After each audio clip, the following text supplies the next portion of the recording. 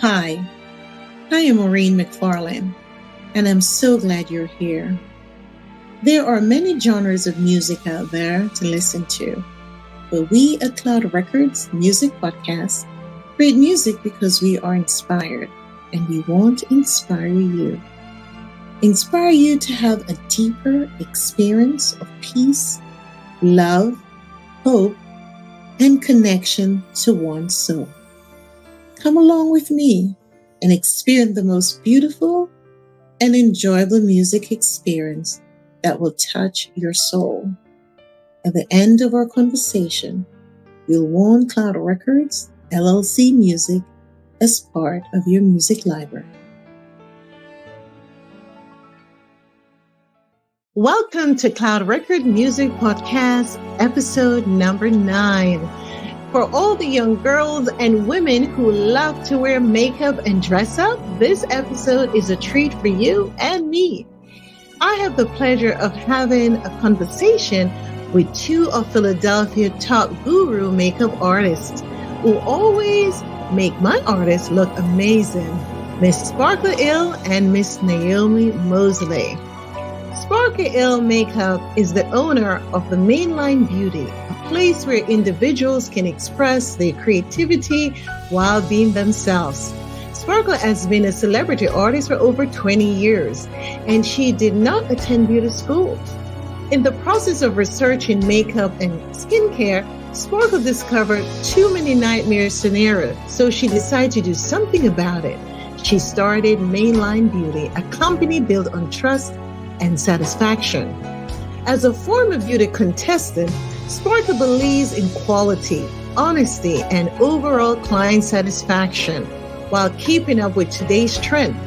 Sparkle Ill service cross borders from a simple strip lash application all the way up to the holiday glim you'll be dreaming of. Her team of certified experts will create special makeup look just for you. Naomi Mosely. From a little girl, Naomi knew that she wanted to make people look and feel their best. Every day she played with her mother's brown lip liner in the bathroom and was able to do everything from her eyebrows to her lips with the one item. She knew early on that makeup and beauty was her future. With over 10 years of experience working in the beauty industry, Naomi proven that makeup looks beautiful when it's mimicked the skin's natural appearance.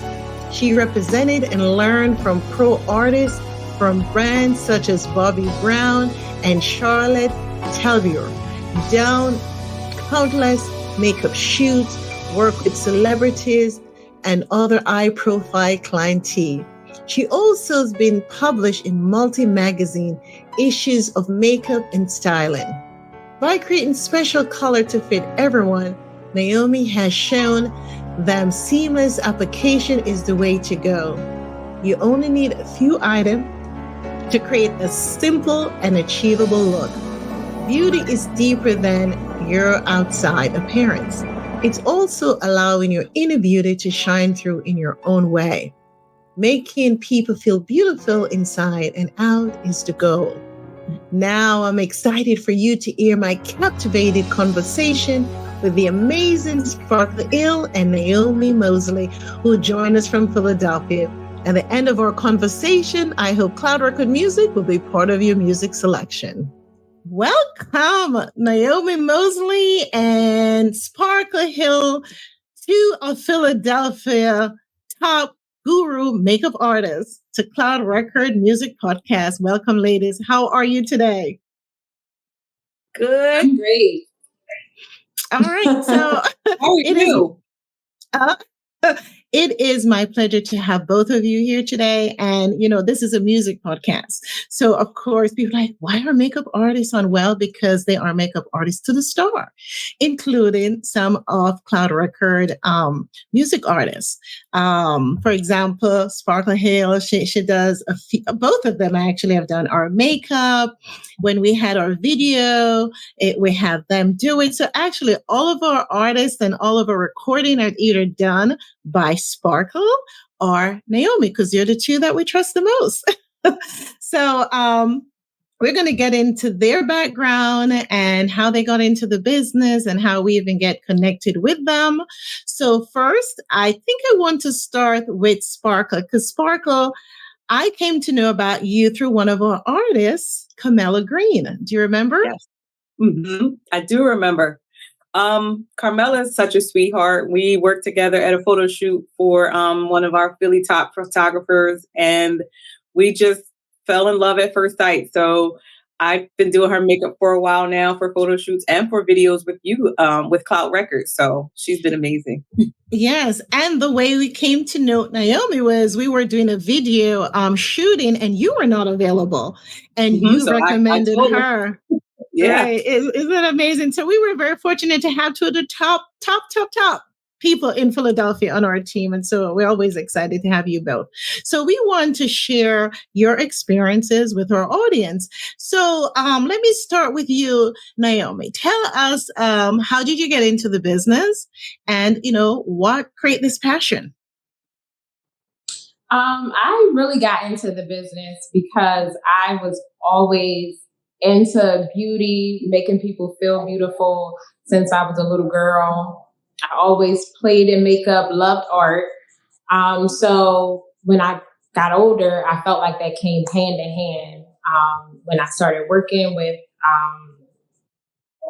different makeup lines and different people, I just really fell deeper and deeper in love with it. And it's really my passion. So that's what made me get into the business and really stay in it. Okay. And what about you, Sparkle?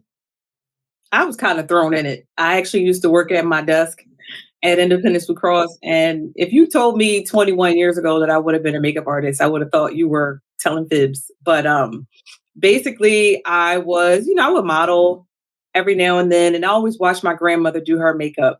And, I could do my own, but I never thought in a million years I would do makeup on other people. And I would do my makeup at my desk and, different photo shoots. And I did enter the pageantry for a little bit. And we did have to do our own makeup a lot. So I knew how to do mine. But to put that on someone else's face was a little bit more difficult for me in the beginning because I was more scared. But once I, got a chance to dive in, it's been history. It's been 21 years and I wouldn't change a thing.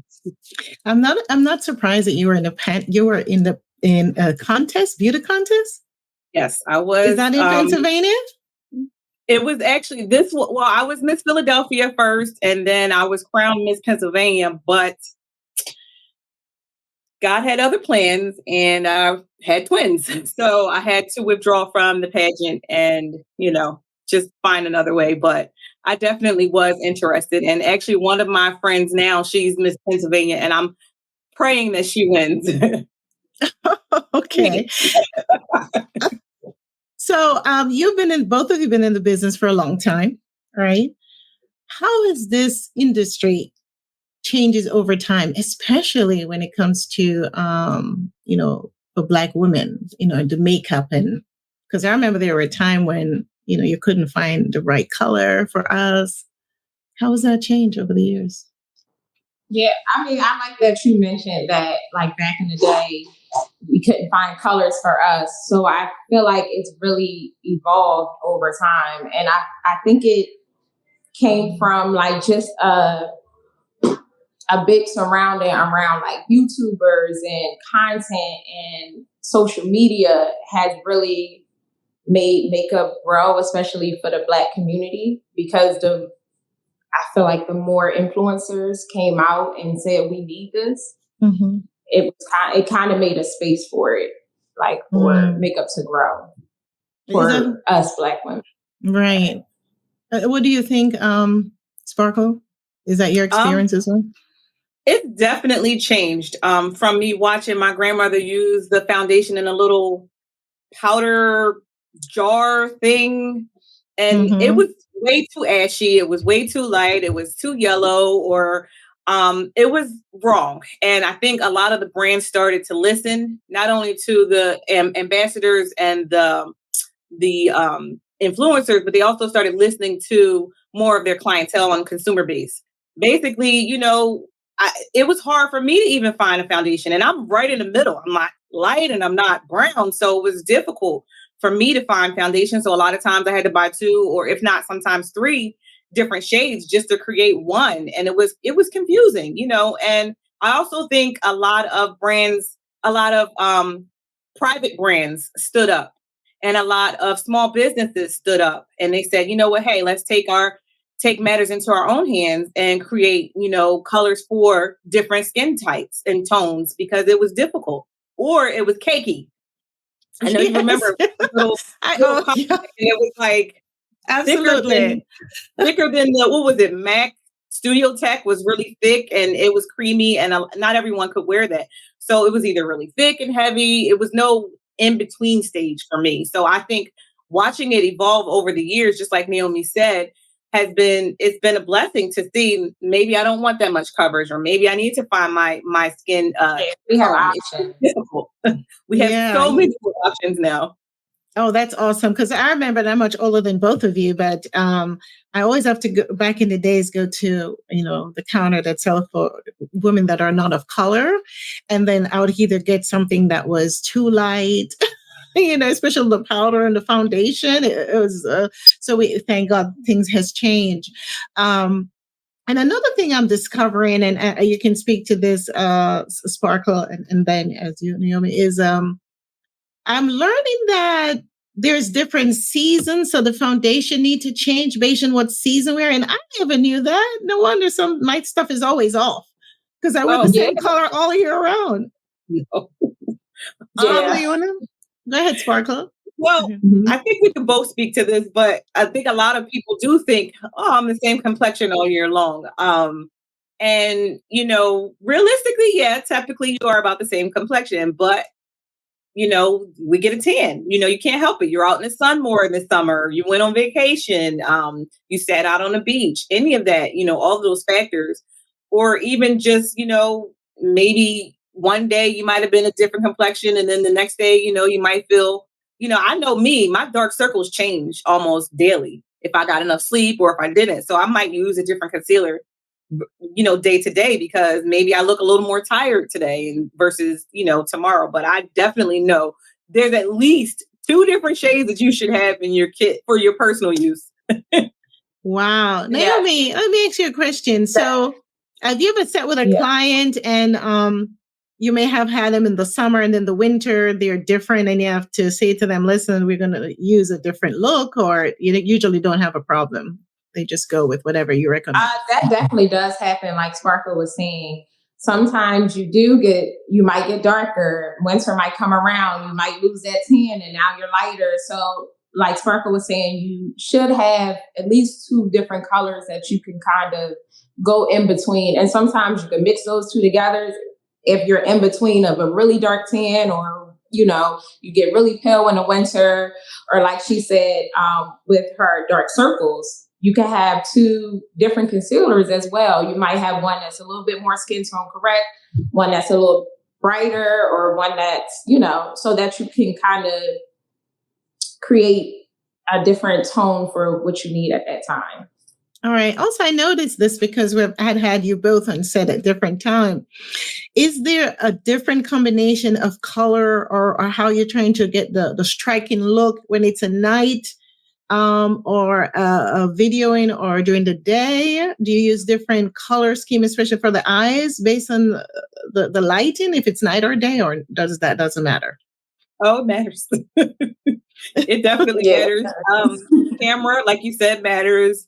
If I'm just going out, there's certain things I may or may not do versus I'm going to be on camera. Like today's makeup is a little bit different. We're going to be on camera versus, okay, I'm just going out. I'm not really doing anything. I might not put, a certain setting spray or a certain foundation blend. Like today I have on a tinted moisturizer. And if we were doing maybe an in-person video shoot, I might have on more of a foundation, a little bit heavier. It really matters, even like you just said with eyeshadow. And I'm pretty sure Naomi can attest to that. Maybe I don't want to put a shimmer eyeshadow on you today because I don't want the lights to flicker too much in the camera. So it really does make a huge difference as to, what we're going to use. And, even with the ages, I might have someone that's, 20 versus someone that might be 70. I'm not going to use the same things on them either. So it really does make a difference. Naomi, you want to elaborate? I'm sorry. No, I was saying, do you want to elaborate on that? Yes, I want to add to what Sparkle was saying. I do agree with that. But I do come into like different scenarios where it depends on the personality of the person also.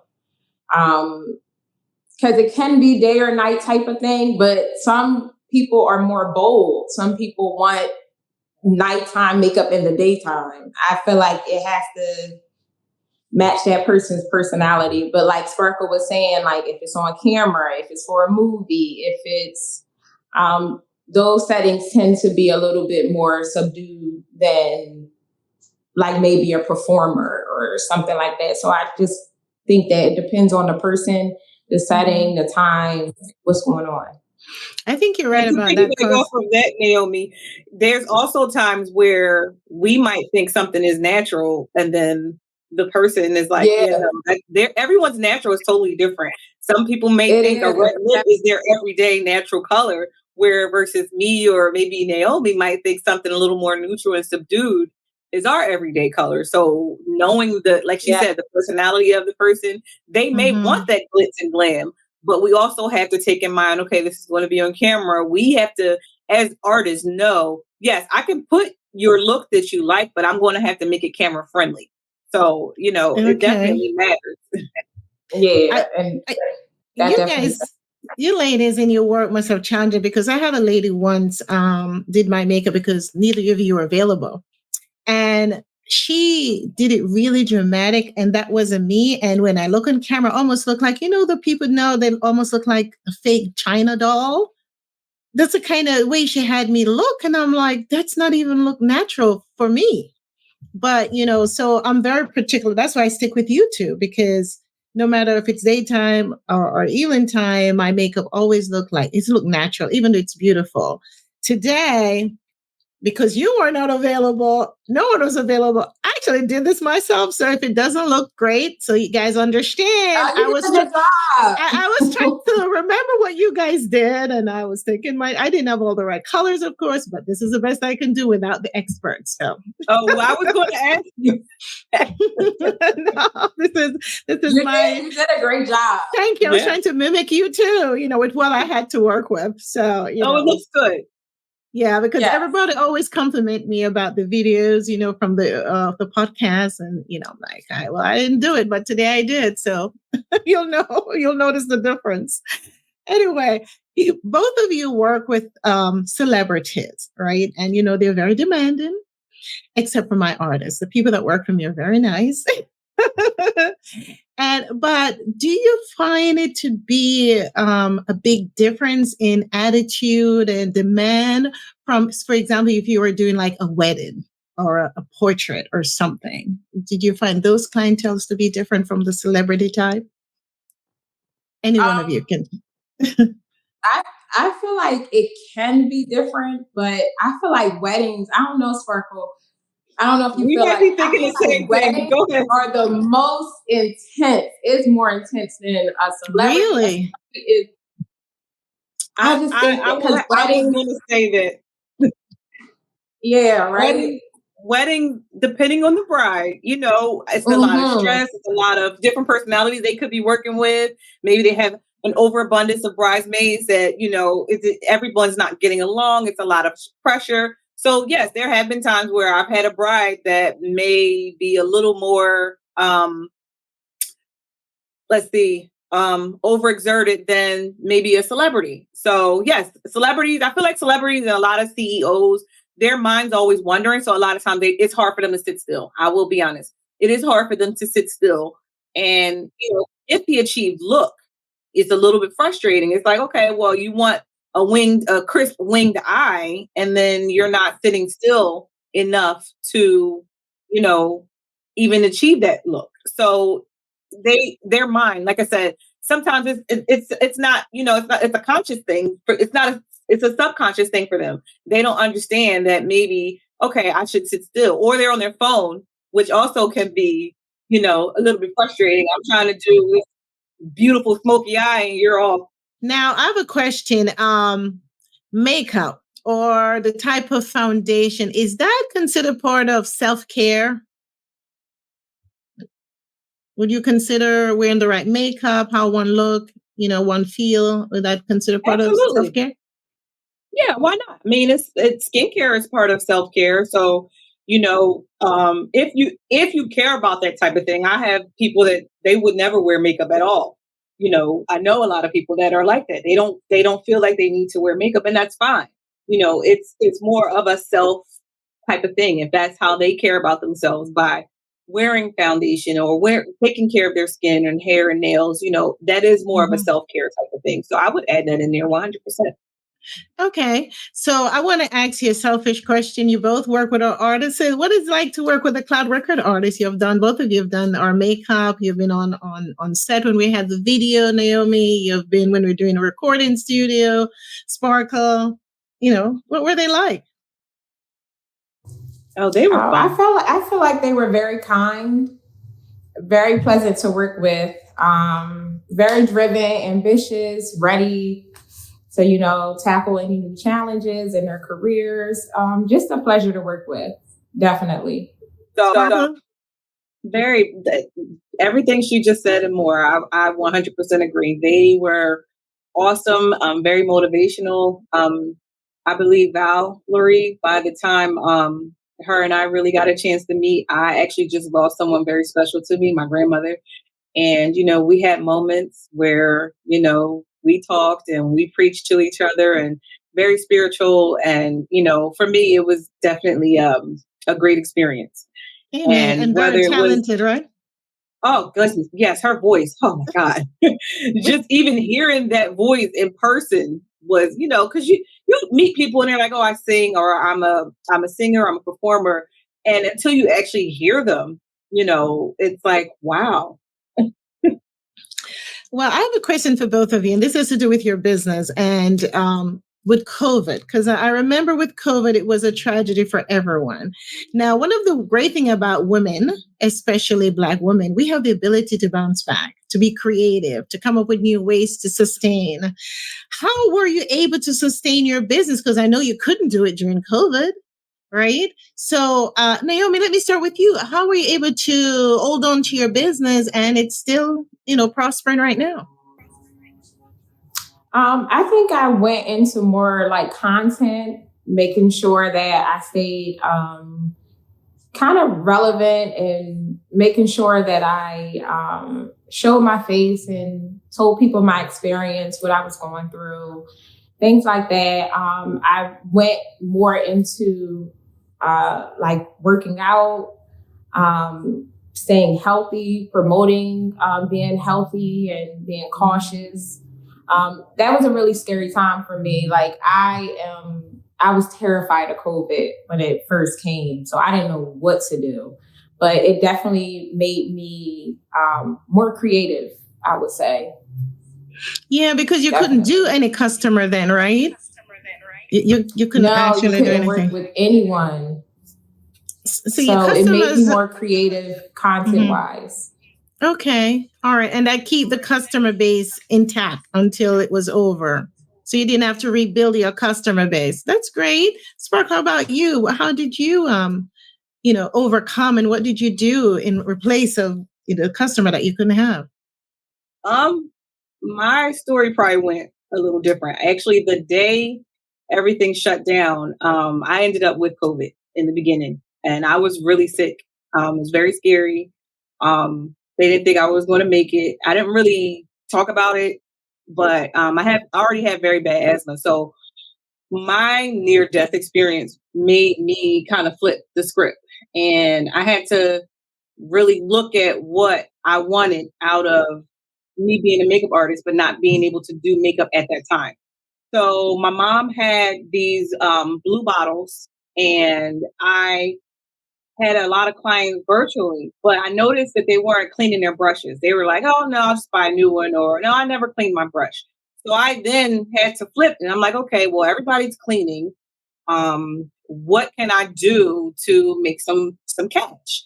So my mom brought the blue bottles over, and I was like, you know what? I'm gonna make a brush pad. I'm gonna make a brush pad because nobody's cleaning their brushes. I don't understand why. We're talking about cleaning this and sanitizing this, When's the last time you washed your brushes? So then I had to really pivot and make a way to start a business within a business, if that makes sense. Wow, So of I was course, yeah. doing virtual clients. They would send me Cash App, Venmo. A lot of times, some of my friends, they just started they mailed checks because they knew that I wasn't exactly. I mean, I was getting checks in the mail. What's your address? And I'm like, I had nothing. And I had, a full household to run and kids and granddaughter. And it was a lot. And I was very scared. And I'm like, I don't even know if I want to do makeup anymore. But to have that motivation, to have that, those people in my life really made it special for me and to keep pushing. So when the doors did open again, not only could I do makeup, I had, a small product to sell. And it wasn't anything huge, but it was huge for me. So that's kind of how it started. And they loved it. That's the creativity I love with both of you, because imagine during that, did you create the brushes or you create the cleaner for the brush? It was the cleaner both. and the brush. I had to do both because it was like, all right, well, the brush bath came first. And then with them buying the brush bath, I would send a sample of a brush and they're like, oh, I really like these brushes. And then it just grew from there. So that's pretty much where it is now. And, I couldn't be happier. Yeah, I'm very impressed with both of you. Naomi, she has a lot going on back there. We can hear her. That's all right. So, you know what, though? I learned something also from observing both of your works, and this is about the brushes. I have to admit, I had no idea I was supposed to change the brush that I use on my face or washed it until I watched this video. And I'm just like, I must be very fortunate I didn't get breakout, but many people, their skin is breaking out because of what I learned from you about the brushes, both of you ladies, that it's important to change your brushes, right? The one that you're using. Right. Yeah, I mean, Naomi, I don't know if you remember when we worked in stores together and different brands together. And I remember having customers come in and, their brushes are falling apart. It hasn't been washed ever. And then there's been times, I don't know if you've done it, but there's been times when I'm like, give me a brush. And I've taken it in the back and I've cleaned it. I've washed it myself because I'm like, you're not breaking out. Like, what's happening here? Yeah, that's because we didn't know. Yeah. Oh, Jesus. I think I've had brush for like 2 years and I never did anything. I just keep using it. I didn't know it was necessary. I learned that from both of you. Yeah. I know. I'm telling you, it's really sad when you're trying to be. Now, here's my sort of final question is, do you think I've seen so many young people today, I mean, young girls, too young in my opinion, but maybe I'm just a little old fashioned, where they're wearing makeup and weave at such a young age and they're, feel like they're so grown. What do you think about that as someone in that business? Naomi? I think about it. I'm not gonna, like, when I was younger, my mom didn't let me wear makeup. Like, she wouldn't let me leave the house in it. Like, I can play in it all day, but I couldn't wear a weave. I couldn't wear makeup. So to see girls that are so young and they're doing it, I think it's because of the generation is different. Like, the generations and the people have changed. Like, and we've evolved with time and technology and what they see on TV and what's cool. Like, we followed what we saw on TV. Like, we had role models. Our role models were different, but we still wanted to be like those girls. And now I feel that the girls that they're seeing and even the younger little girls, that's what they're doing. So they want to mimic it. So it's different. Yes. Yeah. I can say. Yeah. Sparkle, what about you? Basically, pretty much what Naomi said. I think, we grew up a little different. Yes, my grandmother did wear makeup. My mom, not so much. She was more or less in hair. No, I wasn't allowed to wear weave ponytails. The most I might have gotten is braids. And even then it was my natural hair. It wasn't extensions or anything. But But in my household, I can't say what another household may be. Yes, the technology is different. Yes, they see what they see on television. But unless a little child, maybe 6 and under, is doing, ballet or recitals, I typically try to keep them looking like a child. My granddaughter's 4, so she sees me wearing makeup. She sees her mom wearing makeup. So of course she's going to want to wear it. And I limit that to in the home. But would I let her go outside like that? Absolutely not. But I do have clients that maybe between 12 and 16 where, their parent, if their parent says, hey, beat my child's face, do her makeup, I can only do what the parent allows. But me personally, no, I would keep him or her looking very natural, very, like a teen. But there are times where I see a 12-year-old and they get their makeup done and they're like, oh, this is it. You didn't put enough on me, because they're used to seeing what they see on social media, what they see on television. Right. Another 12-year-old having cut crease and lashes, bigger than, their forehead. And I'm like, I put mascara on you, a little blush. Are you okay? And they're like, no, this is not enough. So it really depends on what the parent wants. I get it. Yeah. To put a full face of makeup on them, then that's what I have to do what I'm doing. I get it. There's no reality between that. This is a stage thing and this is real life. Understand? That's why we need adults to guide us, right? And guide the children. Naomi, so I'd like for you to provide to us your contact information for the audiences that may want to reach out to you.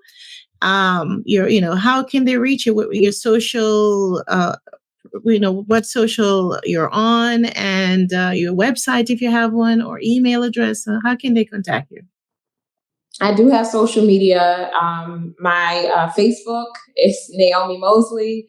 My Instagram is Naomi_Mosely. And my email is naomi.mosley, MUA@gmail.com.